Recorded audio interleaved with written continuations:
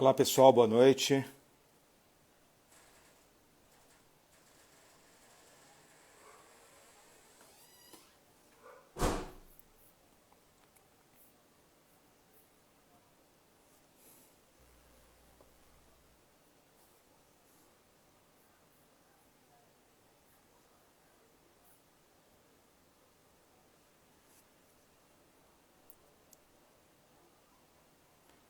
Olá pessoal, boa noite. Vocês estão me escutando bem?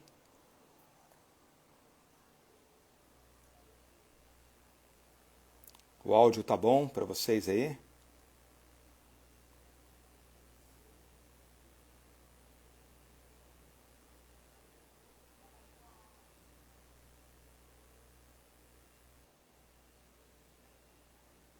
Hoje nós temos como convidado o Dr. Giovanni Moraes. Daqui a pouquinho ele já está acessando para a gente poder iniciar essa live de esclarecimento sobre os novos decretos. Quer dizer, entenda os decretos, não só os novos, como todos eles, né?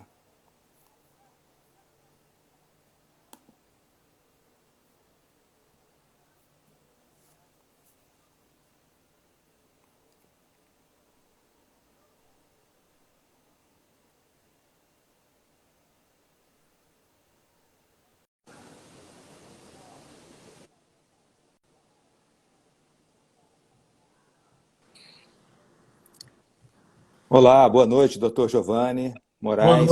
Boa noite, Demetrios, tudo bem? Como é que você está? Graças a Deus, tudo bem. Acabei perdendo o seu convite aqui, mas encaminhei logo um outro. Tamo junto. Como é que tudo tranquilo? Boa noite para todo mundo que nos acompanha aí. Boa noite. Vamos só esperar alguns segundinhos mais. O pessoal está acessando. Estou recebendo aqui algumas mensagens no WhatsApp. Está todo mundo pontualmente com interesse em conhecer todas as questões relacionadas aos decretos. Já vi aí que meu patrão, Aguiar acabou de entrar. Aguiar é dono do clube de tiro que eu sou filiado na Paraíba e grande fã seu aí. Quando eu Opa, comentei em outra live que ia fazer essa live com você aí, ele é um dos grandes entusiastas do tiro prático na Paraíba. E ele foi o único comentário que ele fez na live foi que você era uma grande pessoa aí. eu agradeço muito. A gente preza há muitos anos, né, por exatamente todo esse bom convívio aí com os nossos filiados, com os nossos amigos, nossos colegas, nossos parceiros. É muita gente que precisa exatamente de um apoio, de um suporte para todas as coisas que a gente tem feito aí ao longo dos anos. Muito obrigado aí, Aguiar. Obrigado, né, a todos vocês aí que estão acessando. Eu acredito que mais um minutinho aí a gente já pode dar início, doutor Giovanni. Sem problema. E o povo aí do meu Instagram que está chegando, senta o dedo no like aí para o Instagram mostrar essa transmissão para mais pessoas, para o algoritmo do Instagram aí mostrar a transmissão. Galera da Polícia Civil aqui de Pernambuco, já vi que está por aqui também. Quem foi? Quinta Delegacia de Homicídio. Rapaz, eu fiz uma postagem do pessoal da Quinta Delegacia de Homicídios ontem, no dia do policial civil. Eu encontrei uma foto do pessoal da Quinta Delegacia de Homicídio e eles estão batendo meta por cima de mim. Então, um abraço para a galera aí. Sempre nos acompanha. Isso, vão sentando o dedo no like. Vocês sabem como o Instagram é. Quando a gente quer falar dos CACs, quer falar de arma de fogo, o Instagram lasca a gente. Então, senta o dedo no like aí para o Instagram entender que é relevante e mostrar o algoritmo do Instagram, mostrar essa transmissão aí da CBTP para mais pessoas. Muito feliz de estar por aqui. Isso é muito bom. Aí, pessoal, senta o dedo aí no like, hein? Escuta o que o doutor Giovanni está dizendo. Eu queria deixar um forte abraço para todos os policiais desse Brasil, né? Todos os policiais civis, militares, federais, né?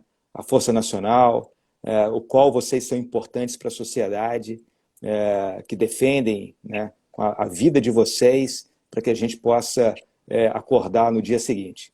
Muito obrigado. Eu tenho muitos amigos policiais, muitos.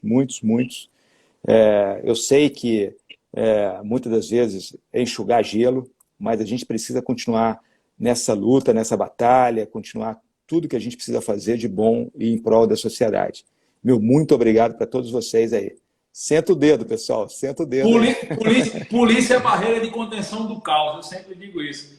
Eu sou até suspeito para falar, porque eu sou professor há 25 anos de carreiras policiais, sou professor de curso de formação por aí. Então eu devo ter aí por baixo aí uns 10 a 15 mil policiais que eu tive o privilégio de passar pelas minhas aulas aí. Vamos lá, Demetrio, meta branca, meu patrão. Vamos lá. Só queria antes agradecer aí a doutora Adriana Lemos por ter nos apresentado. Muito obrigado, Adriana. É uma grande parceira, uma querida amiga de muitos anos. E tenho certeza que... Grande jurista também. A soma de tudo isso vai resultar em bons resultados para a gente. Muito obrigado. Bom, pessoal, meu nome é Demetrios Oliveira, sou presidente da Confederação Brasileira de Tiro Prático, sou diretor regional da IPSC aqui no Brasil e sou membro honorário do Conselho Consultivo do Sistema de Fiscalização de Produtos Controlados. A experiência que eu trago ao longo da vida, dentro do segmento bélico, de ter podido estar presente, por exemplo, em conferências nos Estados Unidos, em 2011, em Reston, Virgínia, participando como único brasileiro dentro de um tema de importação e exportação de arma de fogo, ao qual nós pudemos trazer aí alguns modelos para a DFPC. A confederação que tem trabalhado ao longo dos anos em prol do desporto, em prol do CAC, né, na organização e promoção esportiva, com respeito a todas as leis, a todas as normas que envolvem a nossa atividade. E a gente vai continuar fazendo isso sempre, porque o símbolo CBTP ele está além de qualquer pessoa. Então, eu estou no meu último ano e eu tenho certeza que o meu sucessor vai estar também representando à altura o que a CBTP construiu nos últimos anos. E a articulação que nós fazemos com as demais entidades, como CBTE, Liga Nacional de Prato, Confederação Brasileira de Caça e Tiro e outras entidades formais, é de suma importância para a manutenção do nosso esporte, né? Então, a gente sabe muito bem que o tiro tem uma responsabilidade imensa, as pessoas que o compõem são pessoas de bem, né, que fazem tudo para que a gente consiga estar usufruindo do nosso lazer como bem a gente gosta e entende. Agradeço aí a presença do doutor, né, me chama de Giovanni, não chama de doutor não, chama só de Giovanni mesmo. O Giovanni Moraes, agradeço muito a sua presença e gostaria que você fizesse também a sua apresentação para a gente poder começar com um tema que também é mais requisitado aí no momento, no meio dos CACs, por favor. Então vamos lá, meu nome é Giovanni, para quem não me conhece aí, meu nome é Giovanni Moraes, eu sou professor de Direito Penal e Processo Penal, autor de livros da área de Direito Penal e Processo Penal, sou professor há muitos anos, aí eu comecei ainda na época do presencial, depois migrei para a internet. E é isso, sou CAC e também estou agora tendo o grande privilégio aí, estou tendo a honra de estar ombreado com o Demetrios aí. Foi criada uma comissão nacional para discutir essa questão dos decretos, para discutir a nova legislação de arma de fogo no Brasil. E eu tive a honra aí do Demetrios me convidar para fazer parte da comissão jurídica, então a gente está aqui para contribuir um pouco com essa experiência que a gente tem na parte técnica, na parte jurídica. Eu não sou um especialista no tiro prático, eu sou, como eu disse, eu sou um CAC, minha técnica de tiro é empregada para defesa e para lazer, mas eu estou tentando contribuir aí com todos os demais que estão ombreados nessa luta aí, com a parte jurídica, a parte que me cabe. Perfeito, Giovanni, muito obrigado. Bom, eu vou aqui direto ao ponto, né, pelas dúvidas que têm chegado para a gente.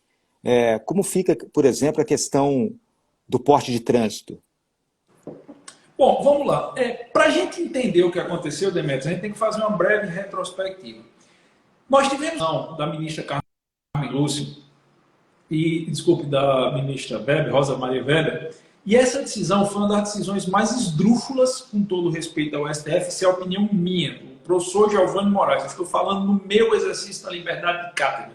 Foi uma das decisões mais esdrúxulas que eu tenho notícia prolatadas do STF, não só sobre a questão das armas, mas sobre tudo que você possa imaginar. Eu tive a oportunidade de ler, reler e ler de novo a decisão da ministra, e assim, ela confunde conceitos, ela confunde conceito de porte e conceito de posse, ela confunde conceito de CR com conceito de CRAF, ela confunde pedido de autorização de compra com porte de trânsito. Então, Com base no que ela disse, fica quase impossível nós estabelecermos o que ela queria, qual o reflexo jurídico que ela queria produzir. Então, o que é que a gente pode trabalhar? A gente pode trabalhar com o que já existia e excluir a parte a qual ela fez referência. Então, ao contrário do que está sendo dito aí, o porte de trânsito está mantido.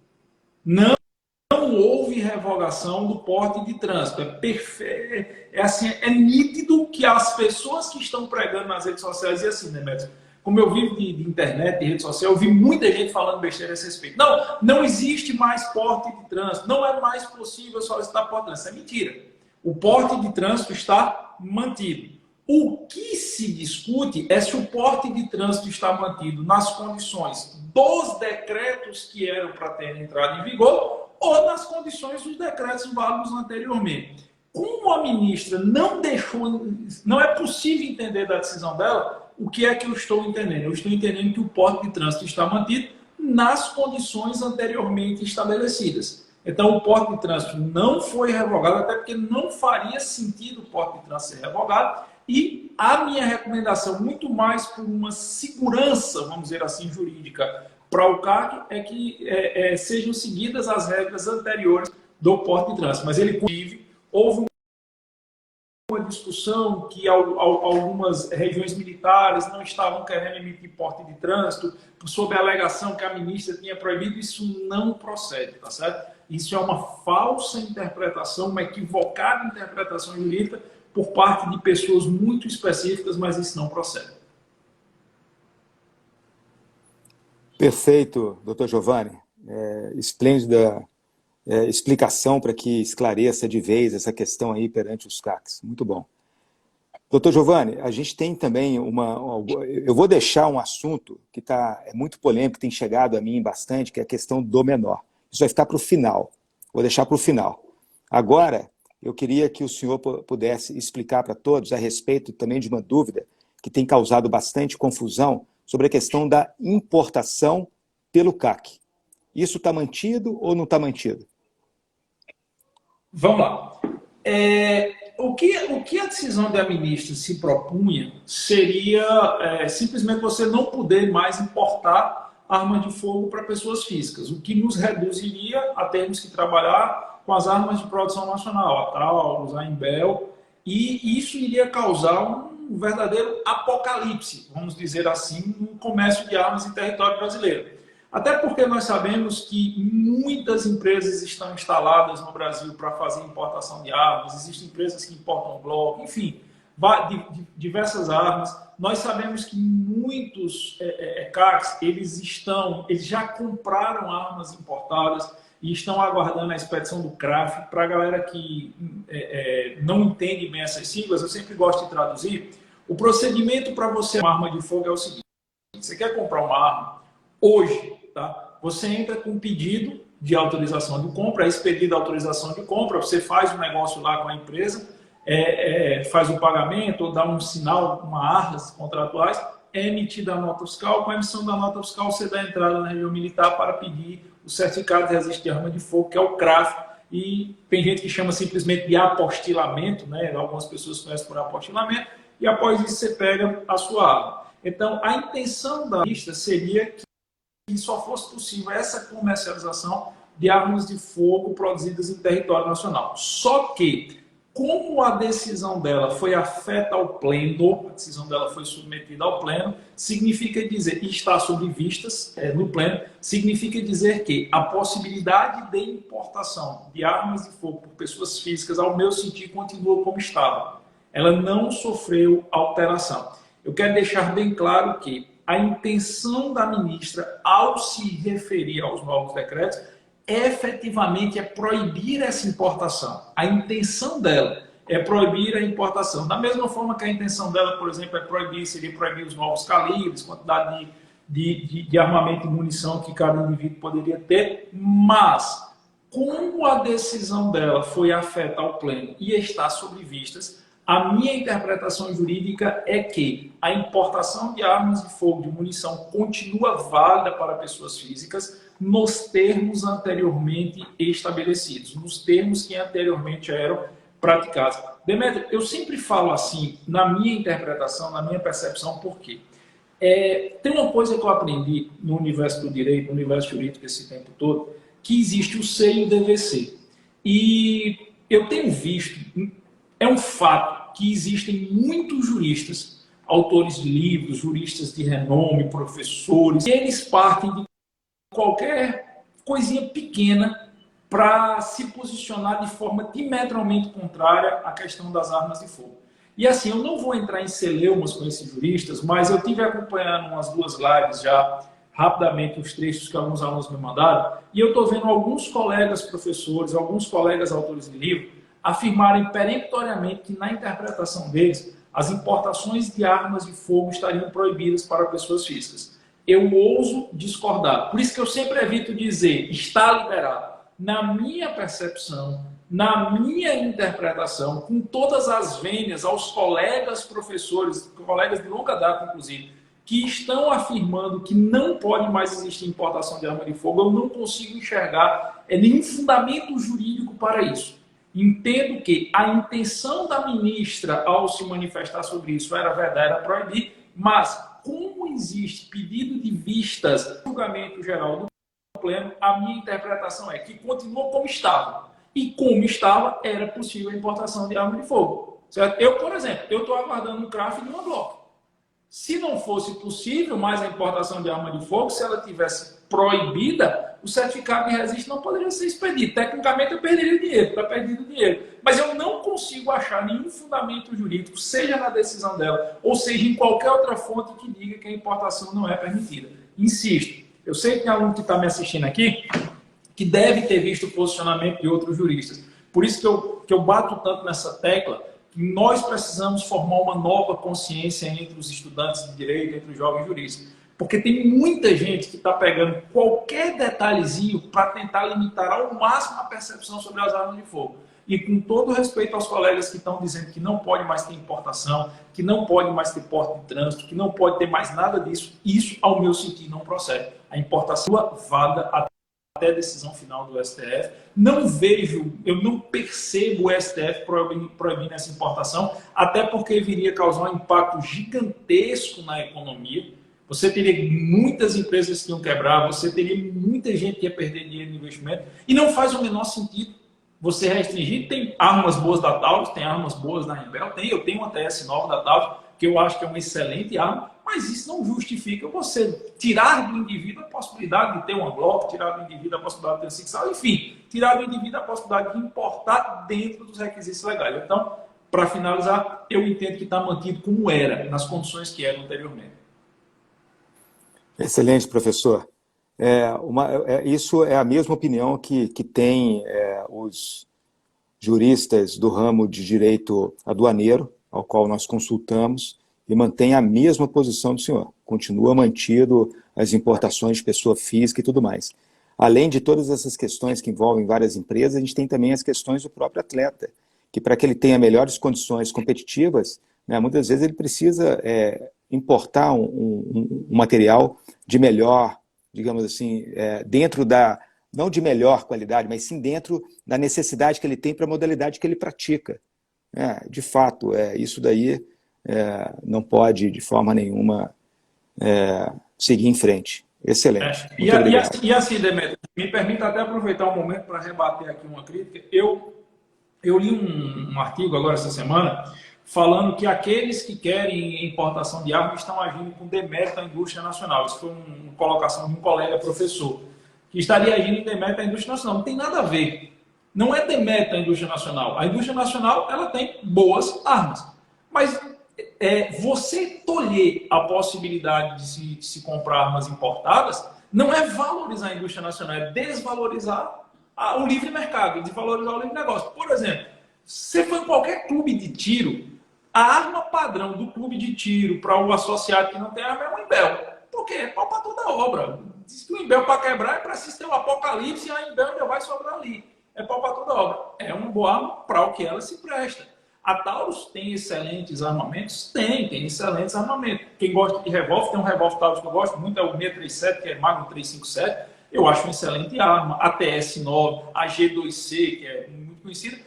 mas tirar do indivíduo a possibilidade, ele tem o dinheiro, de importar um armamento de fora, de importar um equipamento, de importar, para quem gosta de tiro de precisão, por exemplo, com a L22, algumas lunetas importadas, obviamente por causa do tipo de lente, são melhores.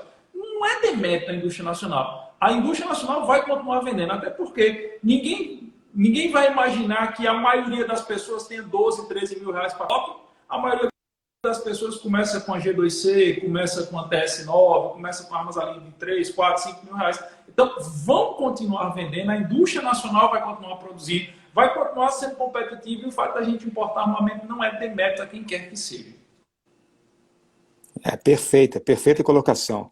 Até porque a gente tem, né, alguns comentários que são hiper relevantes sobre competitividade, né, o direito à escolha, né, a competitividade por sempre uma melhor qualidade e melhores serviços. A gente só consegue isso com competitividade, né? Entre você ter ali, se a indústria se sentir confortável, sozinha, acaba que a gente perde com isso. Perde em questão em todos os sentidos. Não só em preço, também como em questão de qualidade. Né? E para quem conhece, para quem não conhece, eu vou até explicar um pouquinho sobre o tiro prático, né? Porque tem muita gente que talvez não entenda muito bem as questões do tiro prático. Tiro prático, a Confederação de Tiro Prático é a união de várias modalidades. Dentre elas, o IPSC, né, que é International Practical Shooting Confederation, Confederação Internacional de Tiro Prático. Só que, dentro da CBTP, a gente ainda tem a silhueta metálica, né? Nós temos o Steel Challenge, que é desafio do aço, e a gente tem outras modalidades, NRA, saque rápido, tiro rápido de precisão. Para cada modalidade dessa, por exemplo, vou levar em consideração o IPSC, que é o mais praticado dentro do Brasil, e acho que um dos esportes de tiro mais praticados no mundo hoje, com mais de 120 países afiliados à IPSC. É gigantesco, né? Nós temos um campeonato pan-americano agora que o Brasil está levando 150 atletas na delegação. Temos um campeonato mundial no final do ano na Tailândia, que nós estamos dividindo o campeonato em 2 etapas. São mais de 3 mil atletas em um mês, de novembro a dezembro, e o Brasil está levando 60 atletas na sua delegação, atletas de nível mundial, nível internacional, que já tem títulos internacionais e tudo mais, e que está brigando por lugares no pódio. Então, dentro do IPC Handgun, né, que é pistola de mão, nós temos ali várias divisões de armas, dentre elas a Open, que é a que eu sou competidor há muitos anos, né? Inclusive, eu sou um dirigente atleta de alto rendimento. Ainda estou competindo em alto rendimento ainda, não tanto como eu queria, por falta de opção de treinamento, mas estou ainda em alto rendimento ainda, integrando a equipe e etc e tal. Então a Open é uma divisão que não tem nenhum fabricante no Brasil para a Open, né? Não só do tipo da arma, como também do calibre. Né? Você tem dentro do IPC Handgun, você tem a divisão Standard, a divisão, né, a Production, dentro da Production, a Production Ops e a Production Ops Lite. E aí tem alguns detalhes ali. O Revolver e a Classic. Eu não posso esquecer de nenhuma. Se eu esquecer de alguma aqui, depois vão me cobrar. Esqueceu da minha divisão. Então, a gente tem dentro de cada divisão as categorias. Overall, né, que é a geral. Sênior, que é onde eu me enquadro hoje. Eu já tenho 51. Então, acima de 50 já é sênior. Né? O Super Sênior, acima de 60. E depois o Super Sênior. A gente tem o Super Júnior, o Júnior, temos a Damas, temos o Paratleta, e daí vai. A gente tem uma dimensão imensa dentro de uma modalidade esportiva. Além do IPSC Handgun, nós temos o IPSC Rifle, Mini Rifle, Shotgun e Action Air. É uma vastidão de modalidade, uma vastidão de tipos de armas diferentes. Isso no caso só do IPC. Se a gente for pegar agora a IMPSA, que é a silhueta metálica, a gente vai ter ali centenas de tipos de armas diferentes. Armas que não são fabricadas aqui no Brasil. Calibres que não são fabricados aqui no Brasil. Né? Então, o que a sociedade, o que os autores desses projetos precisam entender pela variedade de calibre de arma, é exatamente pela necessidade da modalidade, o que ela exige do seu atleta. E para a gente poder ter condição de competir internacionalmente, a gente precisa ter os melhores equipamentos. Né? Bem mesmo que os melhores equipamentos às vezes são muito mais caros, mas isso é hoje em qualquer esporte.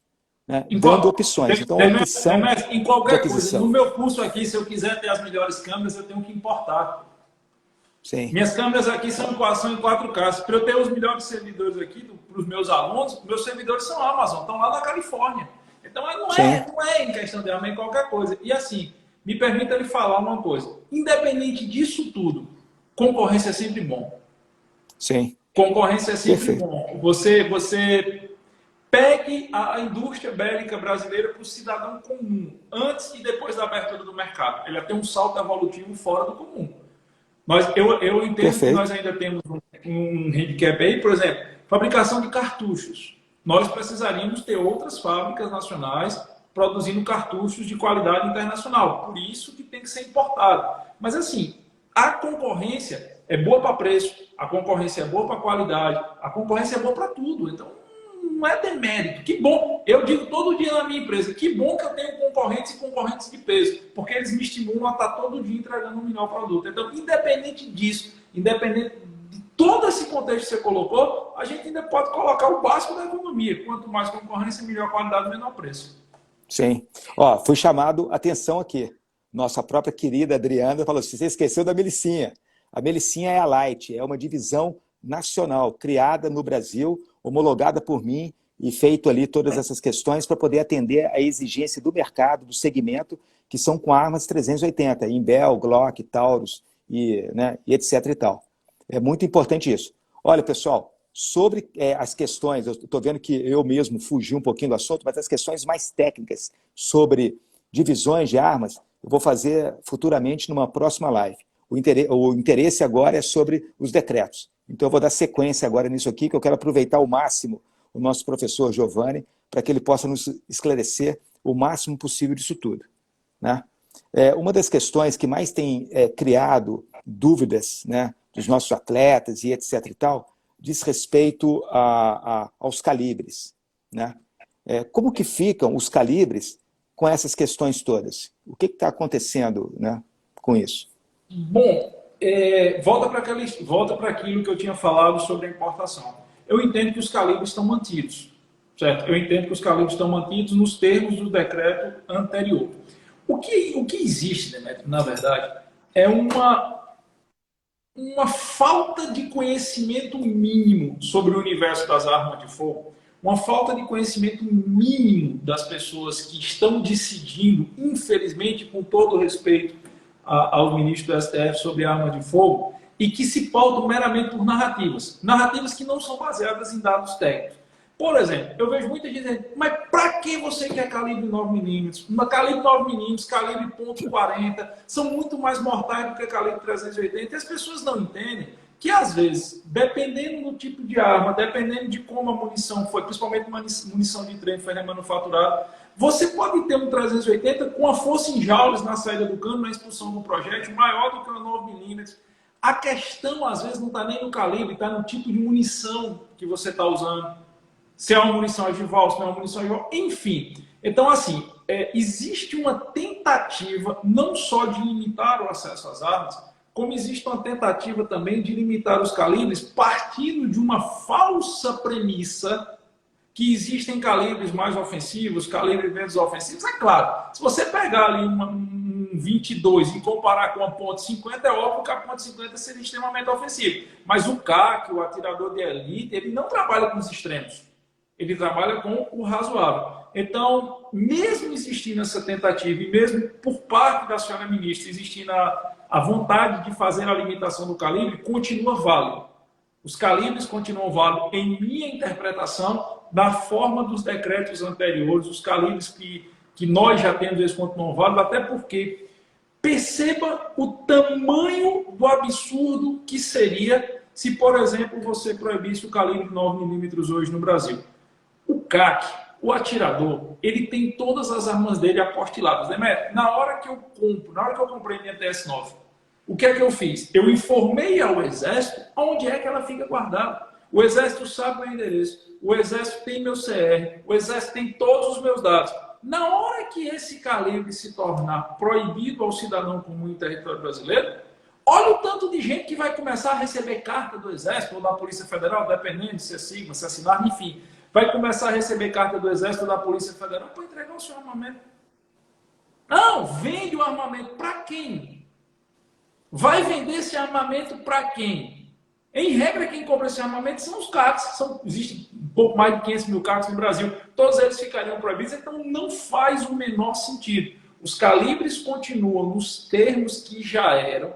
Mesmo eu conseguindo entender que existe sim, por parte de alguns ministros do STF, uma vocação para limitação também dos calibres, eu não acredito que prospere. Por quê? Porque você estaria jogando na ilegalidade pessoas que simplesmente fizeram tudo que a lei manda. Existe uma premissa jurídica que você não pode, por uma decisão, ofender um direito constituído com base na lei vigente no momento em que ele foi criado. Traduzindo isso para um público leigo. Se todos nós cumprimos todas as regras normativas para aquisição de armas de fogo dentro de um determinado calibre e, de repente, por uma decisão jurisdicional, esse calibre se torna proibido, o que é que acontece? Você está jogando na ilegalidade aquelas pessoas que cumpriram a lei. Você está punindo quem agiu dentro da lei. Você estaria punindo quem estava exercendo um direito líquido e certo nos exatos termos normativos.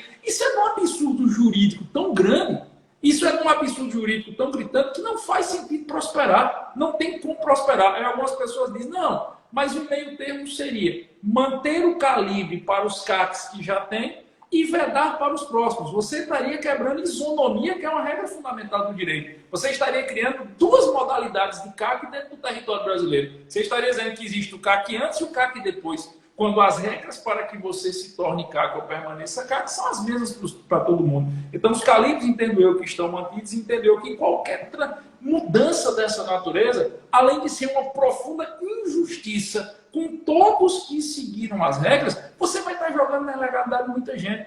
Eu sou muito pragmático, Demetrio. Eu não acredito que quem gastou 12 mil reais numa Glock 9mm simplesmente vai entregar à Polícia Federal ou vai entregar ao Exército.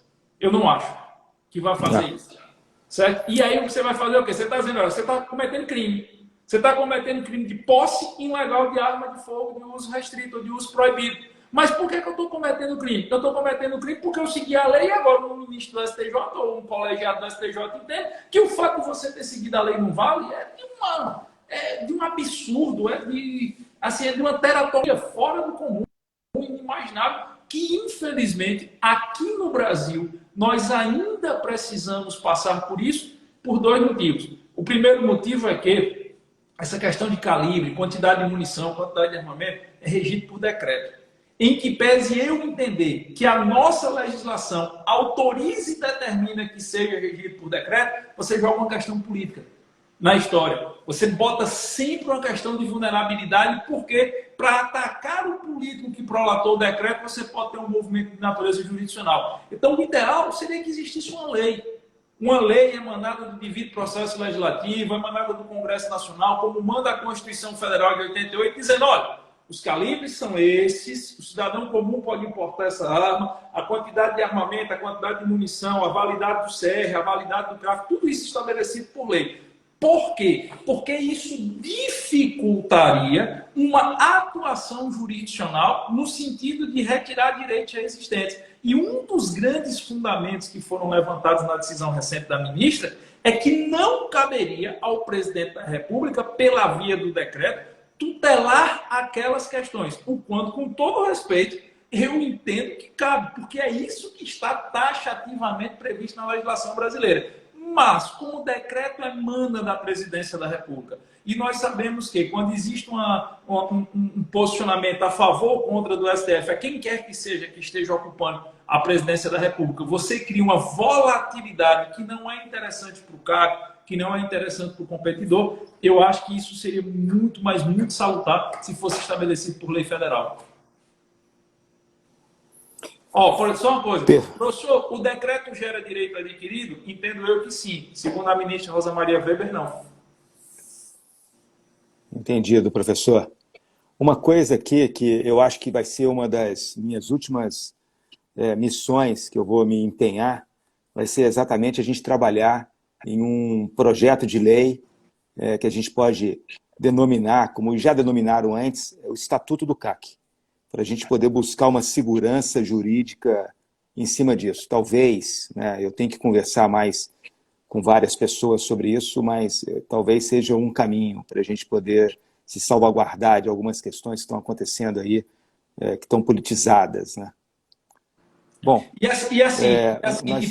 tão politizadas, e o que é pior, Demetrios, está politizada de forma hiperbólica e monocular. Porque está fazendo um paralelo com a expressão que a gente usa em direito penal, que é garantismo hiperbólico e monocular. Por que é que eu sempre digo que está politizado hiperbólico e monocularmente? Primeiro, porque só tem uma narrativa.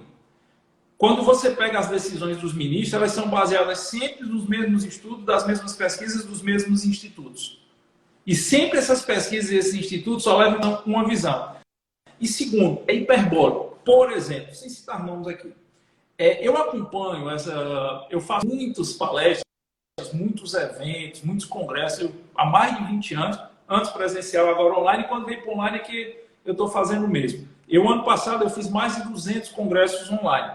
E nesses congressos online, pelo menos 100 me foi pedido que falasse essas questões da legislação inerente à arma de fogo, estatuto do desarmamento e por aí vai. E em todos eles, sempre aparecem as mesmas colocações. Exemplo de uma colocação. É verdade que as armas dos CACs alimentam o crime organizado? Que as armas que estão na mão dos faccionados vêm dos CACs? Não.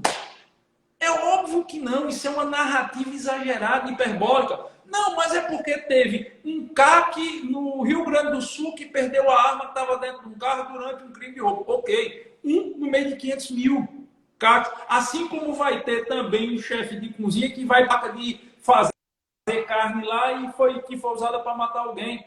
Mas é de uma narrativa descabida você achar que o que alimenta o crime, o armamento que alimenta o crime vem do CAC. Não, não vem. Não vem, sabe por quê? Primeiro, porque o crime organizado ele não tem interesse na arma que a maioria dos CACs usam. Você acha que o meliante, que o faccionário, que eu não vou citar o nome de facção aqui, ele tem interesse no G2C? Não, ele não tem interesse não. Ele quer operar com 762, com FAL. Ele quer operar com 556, ele quer operar com R15, ele quer operar com Kalashnikov. O AK-47, ele não quer a G2C, ele não quer a TS-9, não. Ele não quer aquela 1911 Antigona, não, do clube de tiro, não. Então, o que alimenta de armamento crime é o tráfico internacional de armas. O Brasil é um dos países de maior fronteira seca do mundo. Do mundo. São mais de 16 mil quilômetros de fronteira seca.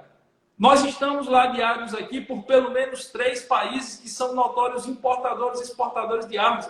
Um dia desse, no congresso, uma pessoa chegou e disse: na cidade de Foz do Iguaçu, acontecem mais de 40 apreensões de armas de fogo por mês por parte da Polícia Militar. Resposta que eu dou: Foz do Iguaçu está onde? Na Tríplice Fronteira. O que é que tem depois da Ponte da Amizade? Cidade do Leste do Paraguai. Cidade do Leste, o comércio de armas é livre. É zona franca para comércio de armas. Então, se está colado na fronteira, é óbvio que vai ter mais gente entrando com arma. E se vai ter mais gente entrando, é óbvio que vai ter mais apreensões. E é sinal que a política repressiva em relação a esse tipo de tráfico internacional de armas está funcionando. Então, existe uma narrativa exagerada, uma narrativa monocular que só olha para um lado, que não para olhar para o outro lado. Cadê que alguém chega e diz, por exemplo, que a partir de 2019 começou a ter uma queda extremamente considerável no crimes de homicídios em território brasileiro? Uma queda, inclusive, maior do que a quantidade de armas registradas para os CACs. Ninguém fala isso. Por que é que ninguém diz que houve uma expansão de filiados em clubes de tiro? Por que é que eu sempre bato na tecla para os meus alunos? Se filiar um clube de tiro. Não é nem por ser mais fácil, tem gente que é mais fácil comprar arma tendo CR, tendo CAC, não. Se filia um clube de tiro sério, porque na hora que você entrar num clube de tiro sério, a primeira coisa que as pessoas vão lhe falar é de segurança. A segunda coisa é de segurança. E a terceira coisa é lembrar das duas primeiras. Vão lhe estimular um adestramento constante. O que é um adestramento? É um treinamento constante para que você saiba operar arma de fogo. Quando você for trocar sua arma, vão lhe estimular a trocar. Quem está acostumado a atirar com a TS9 e vai para uma Glock, estranha. A empunhadura, o fato de ser polímetro, vão lhe estimular a treinar constantemente, justamente para que você possa ser uma pessoa com treinamento suficiente para poder usar a arma. Aí chega alguém que nunca botou os pés num clube de tiro, dizendo, sabe o quê? Não, é porque prega o clube de tiro como se fosse antes sala do inferno, como se fosse o sétimo ciclo do inferno de Dante Alighieri. Quando não é. Eu costumo brincar e dizer que clube de tiro é um bando de velho conversando, tomando café. Eu sou afiliado a um clube de tiro aqui em Pernambuco, é um clube de tiro na Paraíba. Lá o clube de tiro da Paraíba é de Aguiar. Eu não vou muito porque é na Paraíba, mas me filiei porque a pessoa da minha confiança para me dar treinamento, ele mora em João Pessoa. E das vezes que eu fui, a primeira reclamação que eu vejo o pessoal fazendo é que chega lá e não tem café e bolo, porque ele viciou a gente tomar café e bolo. Aí o povo conversa sobre tudo para depois ir para o stand atirar, os cabos, um bando de velho, aqui no CTDI, em Recife, onde eu sou filiado. Rapaz, a gente às vezes vai treinar, o povo diz, não vamos ocupar a pista não. Aí eu disse, por quê? Porque a gente fica conversando, trocando ideia, falando de quem engravidou, de quem levou gaia, de quem embuchou, de quem aposentou. O ambiente do clube de tiro é um dos ambientes mais respeitosos que eu já botei na vida. Alguns dos maiores amigos que eu tenho, eu fiz no clube de tiro. Então, assim, existe uma narrativa exagerada, feita por quem não conhece a realidade do CAC, feita por quem não conhece a realidade dos atiradores. Um dia desse eu vi um cara esculhambando os atiradores, eu disse, qual foi a primeira medalha olímpica do Brasil? O cara disse, foi o vôlei. Eu digo, não, foi o tiro, prática esportiva. Lá nos anos 30, antes da Segunda Guerra Mundial. Ah, é porque eu não sabia. Então, isso também ajuda, sabe? Ajuda, entre aspas. Isso dificulta para quem quer ter um trabalho sério em relação às armas de fogo, para quem quer ser CAC, para quem quer ser atirador. Professor, excepcional. Eu acho que tudo isso que a gente está possibilitando aí que as pessoas, os ouvintes aqui possam receber de informação, vai ficar na história. E eu vou pedir mais uma vez aí, o professor já tinha dito, senta o dedo aí, pessoal, senta o dedo aí. Senta o dedo. Você que me acompanha, que não acompanha o CBTP, acompanhe por gentileza. E eu digo, olha, se filia um clube, e o clube filia a confederação, se você gosta do tiro prático esportivo, se filie, por quê? Eu acho que usar o termo família eu não sei, mas nós somos um grande grupo de amigos que se ajudam. E quando você passa a conviver com pessoas de responsabilidade, quando você passa a ter, por exemplo, como a Confederação Brasileira de Tiro Prático, quando você passa a ver a seriedade do trabalho da Confederação, você se sente mais acolhido, traz mais pessoas, trazendo mais pessoas, mais gente vai se sentir acolhido e nós vamos mudar essa mentalidade. Pessoal, não existe como você ser livre sem ter os meios para garantir a sua liberdade. Eu sei que o Demetrios fala muito do tiro esportivo, mas eu vou falar como CAC. Não adianta você dizer, eu sou livre, se você não tem meios para exercer essa sua liberdade, para defender a sua casa, para defender a sua família. Eu peço a Deus todos os dias que a infâmia não bata a porta do meu lar. Da mesma forma que eu peço a Deus todos os dias, se um dia a infâmia bater na porta do meu lar, que Ele me dê a tranquilidade e o adestramento necessário para que os biltres não entrem da porta da minha casa para dentro. Isso é uma filosofia de vida, isso é uma ideologia que ela está crescendo, que as pessoas estão percebendo. O CAC, ele não quer andar por aí mostrando arma na cintura, como se diz. O CAC, ele não quer andar por aí ofendendo ninguém. O CAC é a criatura mais moita, que a gente costuma dizer. Você vê a doutora Adriana, por exemplo. Doutora Adriana, para mim, eu estou citando o exemplo dela que eu conheço mais de perto aqui, é uma das melhores atiradoras do Brasil, dentro da categoria dela. Doutora Adriana, você olha para ela assim, você diz que ela é tudo menos atiradora. Você vê as pessoas que efetivamente sabem manusear arma de fogo, elas são pessoas da paz, elas são pessoas tranquilas. Então, assim, o que nós queremos, ou o que os CACs querem, é simplesmente o direito, primeiro, de praticar um esporte que é um esporte de ponta, um esporte que orgulha o Brasil. O Brasil tem atiradores que fazem inveja a quase todos os países do mundo. Os atiradores brasileiros, Demetrios bem sabe disso, são respeitados onde chegam. Se você botar um atirador brasileiro em qualquer lugar do mundo, ele vai ser respeitado. Tanto os atiradores que participam de competições propriamente militares, como os atiradores que participam de competições civis. Os CACs normalmente são pessoas que cumprem todas as regras normativas e se mantêm constantemente adestrados. Não é fácil ser CAC no Brasil. Tem gente que acha que para ser CAC é entregar uma foto 3x4, um resiste de onde mora no clube de tiro. Não é isso. Dependendo da região militar, às vezes você leva um ano para conseguir o seu CR. Depois que você consegue seu CR, você leva um bom tempo para conseguir comprar e ter em mãos o seu primeiro armamento. Então, dar ao cidadão a possibilidade de defender o que há de mais precioso, o bem mais precioso que eu tenho, Demetrio, é minha esposa e minha filha. E o canto onde eu mais resguardo é a minha empresa e a minha casa. Primeiro a minha casa, depois a minha empresa. Eu não quero estar brigando com ninguém na rua. Mas eu quero que, se Deus o livre e guarde, alguém vier aqui da porta da minha empresa para dentro e inventar de entrar para me fazer o mal, eu tenho a mínima chance de me defender. Porque o meliante, ele não vem pedindo licença, não. Essa ideia que a escola de Frankfurt criou, que o bandido é sempre uma vítima da sociedade que tem que ser acolhido, é muito bonito nos livros. É muito bonito no DVC, mas no C não é assim que existe. Nós vivemos num país onde, em média, existem 20 grandes facções criminosas atuando em território nacional. Nós vivemos num país, eu não cito em minhas aulas em live, mas todo mundo sabe o que eu estou falando. Nós vivemos num país onde existem organizações criminosas que conseguem, em um determinado estado da federação, controlar 53% do abastecimento de combustível para fazer lavagem de dinheiro.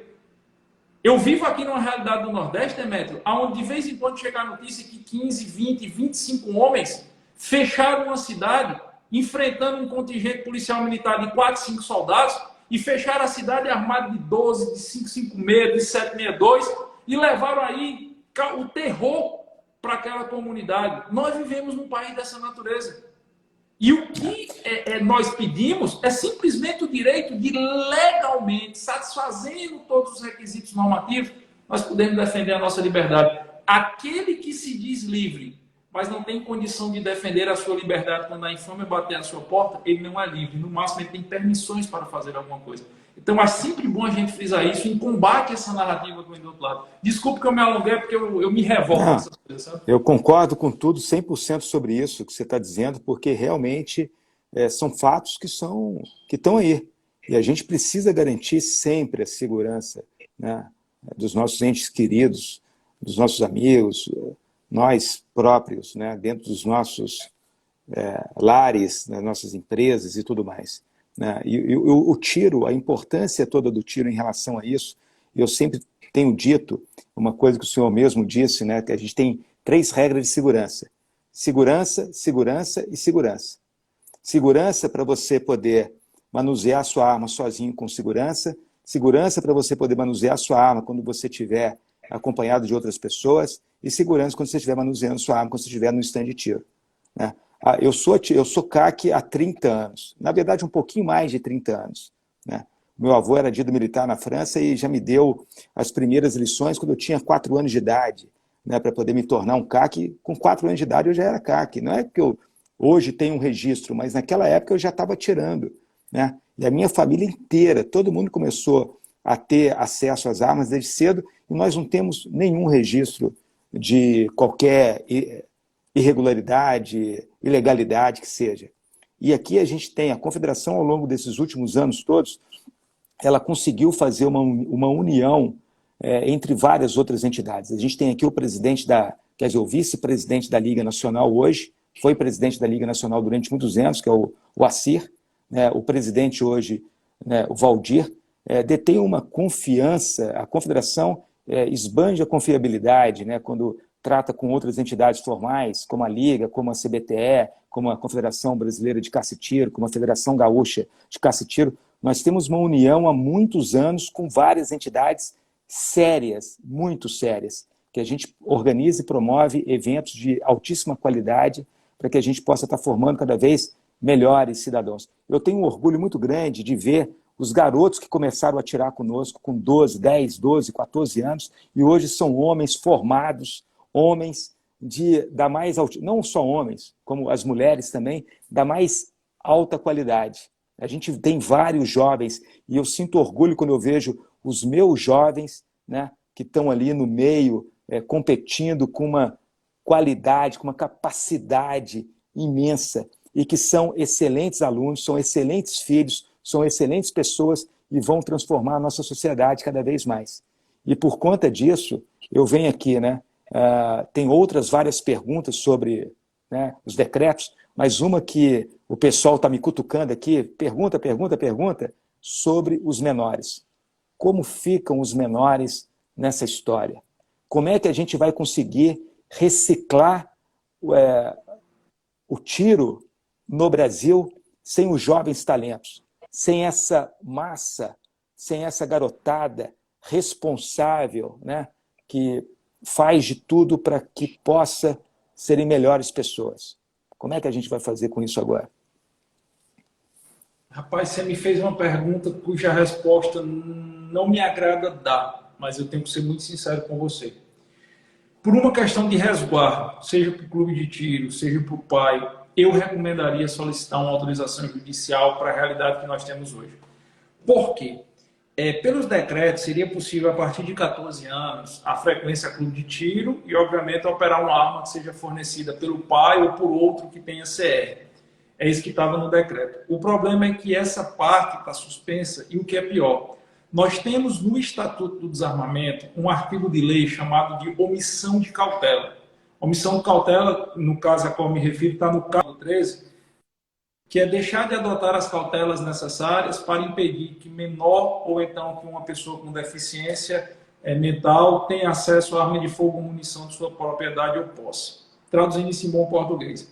Se for para você exatamente pelo que está no Estatuto do Desarmamento, na hora que um pai pega a arma dele e entrega a um filho de 14, 15, até menos, para que ele treine, em tese esse pai estaria cometendo crime. Eu, mesmo quando saiu o decreto autorizando o ingresso em clube de tiro e o manuseio de arma de fogo por menores de 18 anos, naquele momento eu fiz uma live e disse, olha pessoal, isso aqui está em contradição com o Estatuto do Desarmamento. Isso aqui é algo que, se quiser lascar o pai, vão lascar.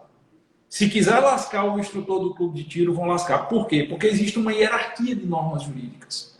E dentro dessa hierarquia de normas jurídicas, a lei ordinária está acima do decreto. Então, assim, hoje nós não temos uma legislação que nos diga o que nós poderíamos ou não fazer em relação a essa reciclagem.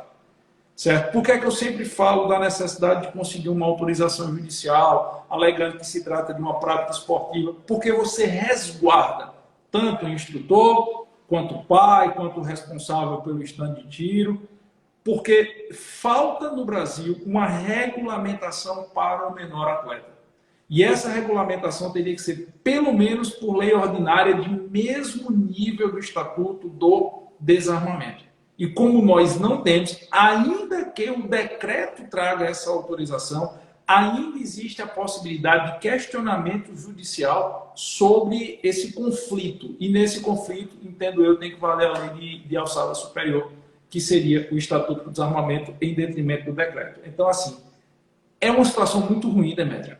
Muito ruim, por quê? Porque nós sabemos que toda base de qualquer esporte, ele começa na juventude. Ele começa, na verdade, enquanto é criança.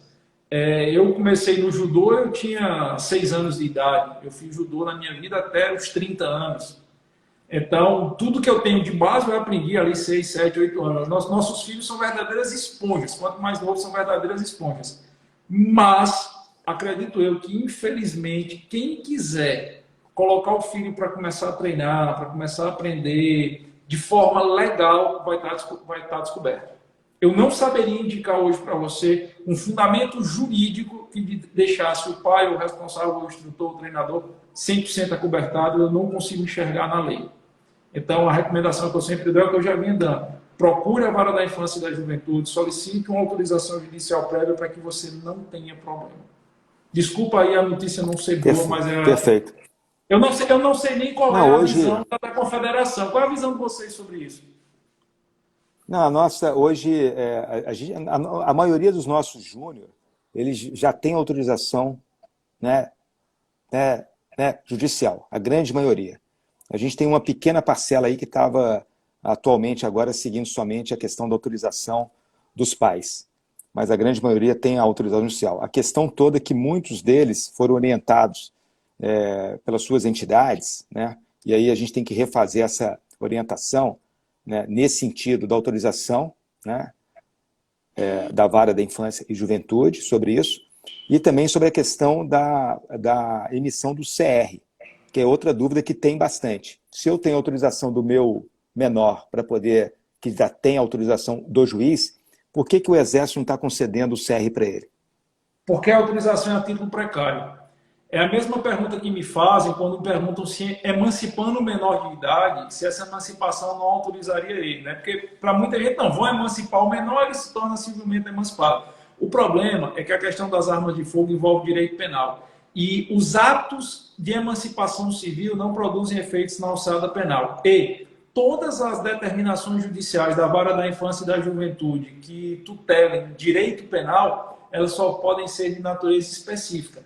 Então, como a emissão do CR é uma situação de natureza genérica, oriunda do direito administrativo, onde todos para terem têm que se enquadrar na mesma situação, não pode o juiz da infância e da juventude expedir uma tutela para uma regra geral. Ele só pode expedir uma tutela para a regra específica. E qual é a regra específica?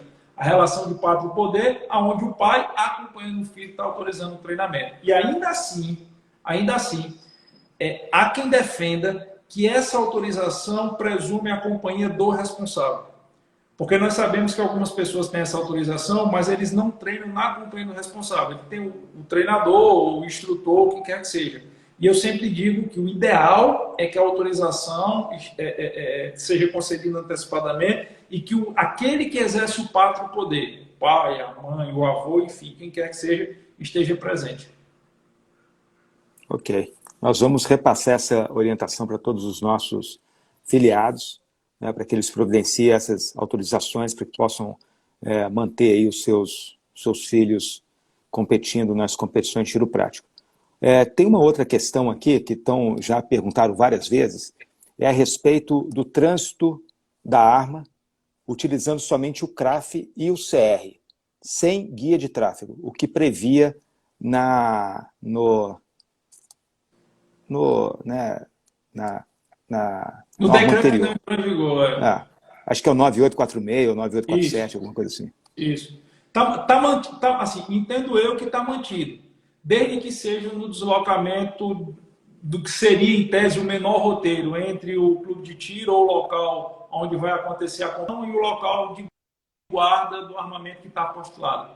Então, assim, está mantido o deslocamento. Por exemplo, eu saí daqui da minha casa para o clube de tiro do CTDI. Então, eu com o CRAF e com o CR, eu posso me deslocar daqui até lá nas regras anteriormente previstas. Só que, assim, isso é uma questão que o CAC ele tem que se resguardar. Vou te dar um exemplo, Demetrio. Houve uma competição na Paraíba, eu acho que foi organizada lá pelo presidente da Federação Paraibana, o Hipólito, foi uma competição grande que teve antes da pandemia, e um amigo meu, ele saiu daqui do Recife para Paraíba, para competir. Quando terminou a competição, ele saiu para jantar com os amigos. Tipo assim, a competição terminou 5 horas e ele voltou de 11 da noite. Dá mais ou menos 2 horas de viagem de uma pessoa a Recife. E ele foi parado por uma guarnição da Polícia Militar, já em território pernambucano, meia-noite. Ele estava retornando. Ele foi levado para a delegacia, sob a alegação que ele estava fora do horário cabível de fazer esse pagamento, porque a competição teria terminado 5 horas, ele estaria vindo meia-noite, então ele estaria com porte ilegal. Então, enquanto nós não tivermos a solução definitiva dessa situação, mesmo estando mantido, ao meu sentir, a possibilidade de você conduzir sua arma para o local de treino ou então para o stand de tiro, apenas com o CRAF e com o CR, eu estou recomendando por uma questão de segurança, por uma questão de preciosismo, que você evite, por exemplo, circular fora do horário de funcionamento do clube. O clube fechou às 17 horas, você inventou de ir para a casa da namorada e está voltando para casa meia-noite. Evite circular isso. Ou então, você está saindo de casa e indo para o clube, eu estou saindo do ponto A para o ponto B, mas eu resolvi ir no shopping, que é no sentido oposto. Evite isso, porque, infelizmente, nós ainda não temos uma cobertura 100% com resguardo jurídico. Aí você passa a depender da opinião de delegado, né? Você passa a depender do juízo de valor de delegado, ainda que seja possível resolver na delegacia, como foi o caso desse colega, ele passou a madrugada na delegacia, que não é confortável para ninguém. Sim. Bom, professor Giovanni, a gente tem aqui inúmeras perguntas, a gente tem um público hiper interessado em todos esses assuntos. Agradeço demais ao público. Senta o dedo aí, pessoal. Senta o dedo no like para o Instagram entender que a transmissão é relevante. Eu vou dar uma dica aí para a galera. Se você gosta desse papo, se você acha que esse é um papo relevante, para que as pessoas tenham uma nova visão sobre a questão do tiro prático, das armas de fogo, dos CACs. Qual é a dica? Quando terminar essa transmissão, ela fica postada no IGTV da Confederação Brasileira do Tiro Prático.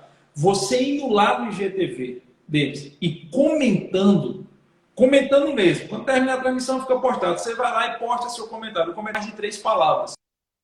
Então, ou no mínimo 12 caracteres. Você comentando, o algoritmo do Instagram entende que aquela transmissão é relevante. E aí ele começa a mostrar para mais pessoas, e assim vai difundindo. Outra coisa que ajuda muito é você dar um print na tela, coloca no seu stories e marca @CBPT Tiro Prático. Você marca o arroba deles lá, porque isso vai fazer com que o algoritmo do Instagram jogue mais gente para dentro do Instagram da Confederação e mais gente vai poder assistir essa live. Fora que assim, você comentando lá, você está ajudando, você sabe que sempre vão chegar pessoas para denunciar, o Demetrio nem vai saber que tem denúncia, mas sempre chega pessoas para denunciar. Então, quando tem denúncia, a visibilidade da transmissão diminui. Em média, uma live dessa, ela aparece para 3% do público, certo? Assim, ao longo de um espaço de 48 horas. Então, eu tenho 160 mil seguidores, vai aparecer que eu participei dessa live para mais ou menos uns 3%. Então, quanto mais você comentar no Instagram da Confederação, mais vai mostrar para mais pessoas e vai aumentando e mais gente vai tendo conhecimento dessa nossa conversa. Professor, a gente tem tempo de responder mais uma pergunta? Claro, fica à vontade. Para a gente poder concluir.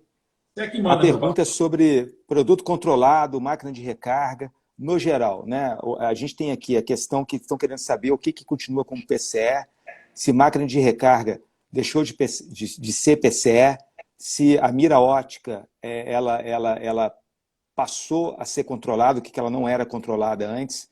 São, assim, várias perguntas em uma para a gente poder concluir aqui. Eu vou pedir, Vênias, a você, amigo.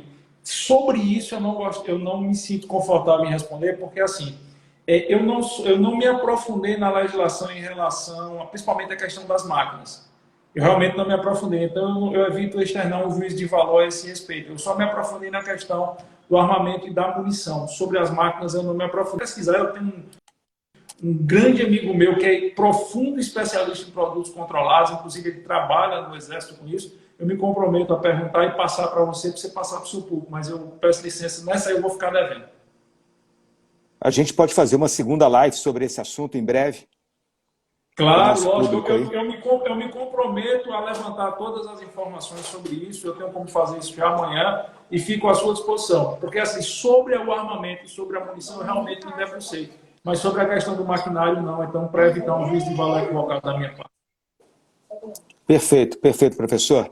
Bom, para a gente poder agora concluir aqui, eu quero deixar uma mensagem para todo mundo e logo em seguida o professor ele encerra.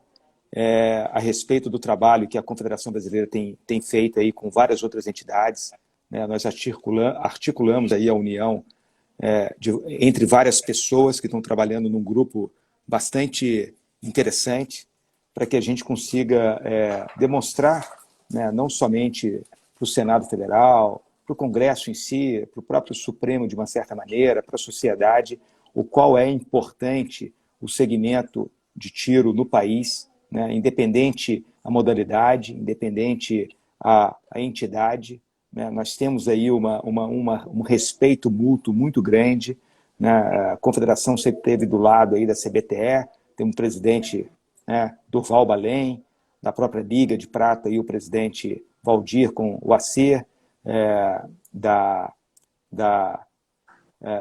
Confederação Brasileira de Caça e Tiro, né, o Otto, e da Federação Gaúcha de Caça e Tiro, o Carlos Schreider, que tem um trabalho muito grande aí nas questões de manejo e tudo mais, sempre com bastante respeito. Então, na próxima semana, eu vou passar a semana inteira em Brasília, vou estar indo pessoalmente a vários gabinetes de vários senadores, quero ver se eu consigo ir também ao gabinete do presidente do Senado, o excelentíssimo senhor doutor, né, talvez, Rodrigo Pacheco, né, ao qual a gente detém muito respeito por todos eles, demonstrando para todos exatamente... Só um detalhe, o doutor Rodrigo Pacheco, ele é advogado, ele é da OAB de Minas Gerais, já foi presidente da OAB de Minas Gerais, eu já tive a oportunidade de estar com ele na época da OAB, ele é uma pessoa muito receptiva. Só para eu tenho certeza que ele vai lhe ouvir de bom grado e que vai ser receptivo às suas ideias. Não estou dizendo que ele vai concordar, mas ele é um cara muito receptivo e muito gentil